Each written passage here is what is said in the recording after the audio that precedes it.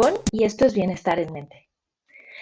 En el video de presentación explicaba que esta serie la dedicaré a cómo tener discusiones más efectivas. Esta parte me parece fundamental porque es una de las estrategias sociales más complicadas.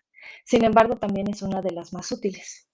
Como ya anticipaba, existen tres momentos importantes cuando a nosotros hablamos de discusiones: el antes, durante y después. Hoy hablaremos del antes, de cómo planear mejores discusiones. Y en este sentido, tenemos tres cosas básicas. Elige tus batallas, elige el tiempo y lugar adecuados y planea tus discusiones. Profundicemos un poco en cada una de ellas. Primero hablemos de elegir nuestras batallas. Es verdad que a veces recibimos alguna provocación o que estamos enojados, sin embargo no nos podemos involucrar en cada discusión posible. Eso solamente nos desgastará y a veces desgastará a la relación con la persona que tenemos enfrente. Ciertamente nosotros podemos pelear con quien sea, pero lo más frecuente es que peleemos con nuestras personas más cercanas, es decir, la familia, la pareja, los amigos, incluso las relaciones laborales. Cuando nosotros nos involucramos en discusiones muy seguidas con una misma persona, lo más seguro es que vamos a crear resentimiento y esa persona hacia nosotros. ¿O acaso no? De repente ves a alguien venir y dices, ¡ay, qué horror! Ahí viene otra vez, me duele el estómago. Ya sé que se va a poner furioso o furiosa y que no lo voy a soportar.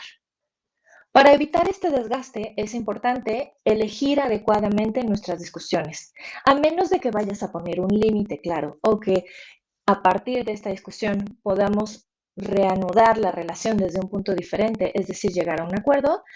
Quizás lo más sano sería encontrar otra manera de canalizar tu enojo, salir a caminar, hablar de esta situación con otra persona, hacer alguna técnica de relajación, ponerte a hacer algún ejercicio, algo más que te permita lidiar con tu enojo en vez de discutir con esta persona. Así que recuérdalo, solamente puedes involucrarte en una discusión si esto te ayudará a poner un límite o a llegar a algún acuerdo que modifique su relación para mejorarla.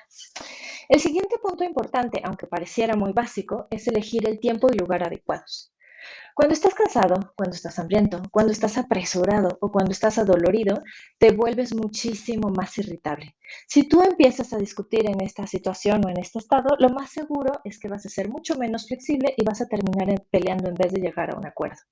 Asegúrate de no estar en estas condiciones y trata de que en la medida de lo posible la persona con la que estás hablando tampoco se encuentre así. El otro punto es un lugar público o un lugar privado. Sé honesto contigo mismo. Cuando alguien comienza a discutir contigo y tú te sientes criticado en público, ¿qué tanto te sientes propenso a ceder o a aceptar tus errores o a llegar a algún acuerdo? Pues no mucho, ¿verdad? Ok, pues esto no solo te pasa a ti, sino que le pasa a la persona con la que estás hablando. Así que, en la medida de lo posible, intenta buscar algo de privacidad para discutir con alguien. A menos, claro, de que estés considerando de que la otra persona tiene un antecedente de conducta violenta y entonces podría agredirte. Solo en esos casos sería bueno buscar un lugar público. De lo contrario, busca un espacio reservado. Y ya sé que me vas a decir que no siempre se puede elegir un tiempo y un lugar adecuados. Y eso es verdad. A veces la otra persona tiene ganas de iniciar una discusión. Pero si esto te pasa, intenta aplazarlo. Dile algo como, sí, es verdad, este tema es muy importante, eso también me preocupa, realmente quisiera arreglarlo, sin embargo creo que en este momento no estamos en las mejores condiciones. Y trata de agendar un tiempo y un lugar mejores para discutir esta situación. El último punto es planear lo que vamos a decir. Este es quizás uno de los temas más centrales de este pequeño bloque. Muchas veces llegamos solamente a dejarnos guiar por la situación y esto realmente no llega a buen puerto.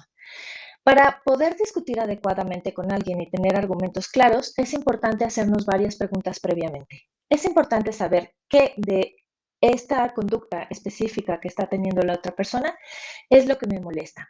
Y si acaso estoy experimentando algunas otras emociones alrededor de esta situación. La mayor parte de las veces pensamos que llegamos a una discusión solo por el enojo, pero muchas veces lo hacemos porque nos sentimos ignorados, maltratados, heridos, desplazados o rechazados. Y muchas veces nuestro enojo cubre estas emociones. Así que es importante tenerlo claro. El otro punto importante es saber qué es lo que yo estoy pensando de esta situación, de qué manera interpreto la conducta del otro, qué es lo que creo que está buscando. Hay algunas ideas que prototípicamente nos hacen sentir muchísimo más enojados, que son, esta persona hace tal o cual solo para fastidiarme, él o ella no deberían o tendrían que comportarse de esta manera, eso es inapropiado. O la idea de que si yo no hago algo ahora para detenerlo, entonces va a agarrarme de bajada y entonces tiendo a reaccionar con muchísimo más enojo.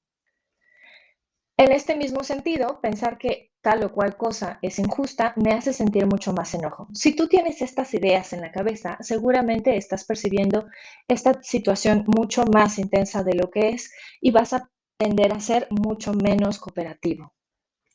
Aunque ahondaremos en esto mucho más en el siguiente video, estas primeras preguntas nos ayudarán a formular la queja básica, que es un poco las últimas veces cuando tú has hecho tal o cual cosa, yo me he sentido de esta manera porque lo percibo así. Y esto, si te das cuenta, es muchísimo más razonable y le da pie al otro a poder explicarnos un poco su comportamiento. Quizás esto solo es un malentendido. Los últimos puntos de esta parte es saber cómo has contribuido a este problema si es que ha sido así. Esta parte puede ser verdaderamente difícil. A todos nos duele reconocer que hemos tenido errores y para todos es muy difícil disculparnos. Sin embargo, es importante darnos cuenta que cuando nosotros eh, aceptamos parte de nuestra contribución en este error, eso hace que la otra persona se sienta escuchada y comprendida y que baje la posición defensiva que generalmente tiene. Entonces, por eso es importante saber si he contribuido y cómo y poder planear una disculpa adecuada. De esto hablaremos mucho más en el próximo video. El siguiente punto es entender de esta situación qué es lo que yo preferiría que pasara o cómo sugeriría que se arreglara este problema. Cuando yo solamente llego con una queja, lo más seguro es que la persona se ponga a la defensiva y no resolvamos nada. Sin embargo, si yo explico tranquila y calmadamente lo que me pasa y después le expongo alguna manera de solucionarlo, la otra persona puede tener mucho más propensión a arreglarlo. Por eso es importante tener claro este último punto. Finalmente, también cuando ya conocemos al otro, que como decía es el asunto más común, es importante pensar en cómo podría contestarme, qué cosas podría decir, cuál sería su reacción emocional. Y entonces podemos planear con mucha más facilidad una respuesta que nos permita llegar a un mejor término.